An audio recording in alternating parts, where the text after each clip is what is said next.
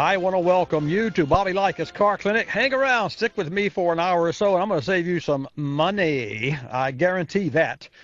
I want to share with you information, and speaking of dollars, and speaking of cents, and speaking of crude oil, which is about where I have to start out here, the average weekly, and we're being trained again, here we go again, as you know who said, in the U.S., we're 90.6 cents higher than we were on gasoline this time last year. So just think of the frog that's we placed in the tepid water and heat him up a little bit, and he gets uncomfortable. We turn it down, and you know the rest is history. We eventually eat frog legs, if you're into frog legs, that is. The bottom line, the frog's dead because he didn't know what mess that he was getting into because it slowly turned up the heat. Well, they're doing the same thing with regard to gasoline prices. But let me share this with you, and let me look around the country here. The lower Atlantic is $1.03 higher than it was 1 year ago. That's the highest I can find. The lowest I can find is in Minnesota, 72.4 cents. But be that as it may, you have to understand that when you're looking at the price of gasoline at 80 to 90 cents higher per year each year, then next year it's going to be even higher. I want to welcome you to Bobby Likis Car Clinic here on Paltalk.com. I see that Gary has his hand up, so I'm going to turn the mic to Gary. Gary, the king of Paltalk Radio, no doubt about that. Welcome to Bobby Likis Car Clinic here on your favorite Paltalk.com.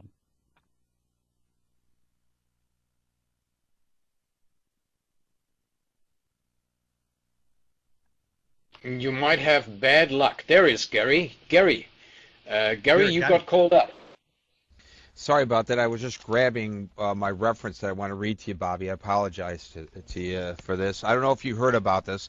I'm going to quote from today's Houston Business Journal. Just going to read you the top.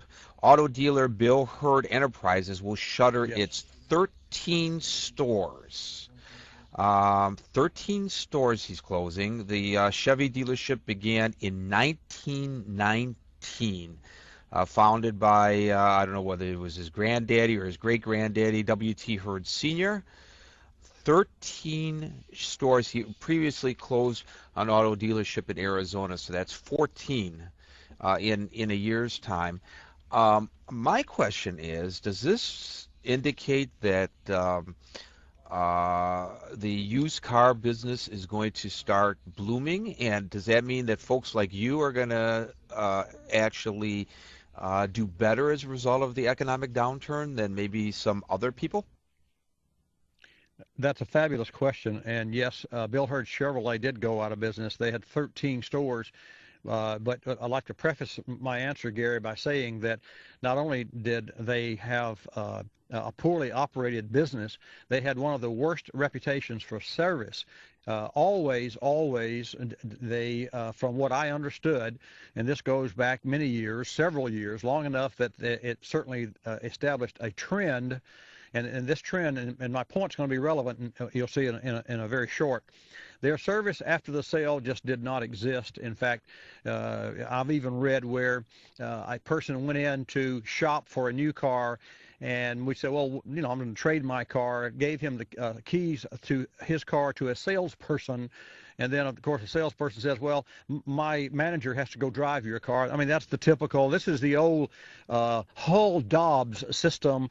For those of you who are in automotive, even before my time, well, my father was in the automotive sales business. So at one time, it was called a Hull-Dobbs operation, and that meant that you went in and you gave your keys to the salesperson. He gave the keys to someone who took the car for a road test to see what shape that it was in. That all sounded well and good, and an hour later your car's not back, and so you decide, well, I'm not going to buy a new car today, and I want to take my car back. Well, you know, we've already found out that it's going to be a good car, and we're going to give you this deal. And so it was a forceful issue, and with Bill Hurd Chevrolet, and this, if you can believe what you read on the internet, and this is substantiated by several blogs just today, that one such customer or a would-be customer for Bill Hurd, had to call the sheriff in order to get his car keys and his car returned back to him. And the management at Bill Hurd Chevrolet said, well, he's the one that started it all, but I find that difficult to believe when the sheriff got there, and sure enough, the keys were not in the customer's hand who owned the car that was thinking about trading it in. So I don't want to confuse those who are thinking about where the market's going with one example of Bill Hurd. True, it's true that 13 dealerships went south, but here's the real issue. Let's back up 3 years and understand that the average net for dealerships regarding sales was 2.5%. 2.5%.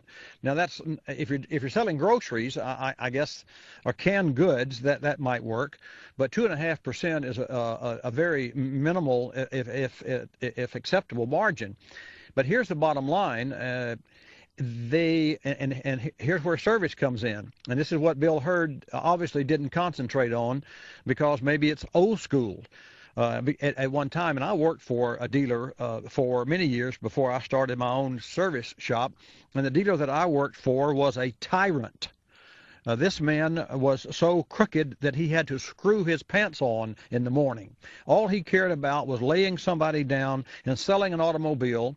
And if they sold a car and they made a regular profit, this was in the 70s, let's say $2,000. But let's say they bought a used car that they paid $2,000 for and ended up selling it for $7,000. It's called laying somebody away. So many used car lots, many used car dealerships, or new car dealerships with used car operations, laid people away. That was pre-internet days. That was before you could get a black book. That was, or a look at the black book, unless you had a friend who was a car salesperson. And even then, the communications and the dissemination of information that we have today so readily, what did not exist.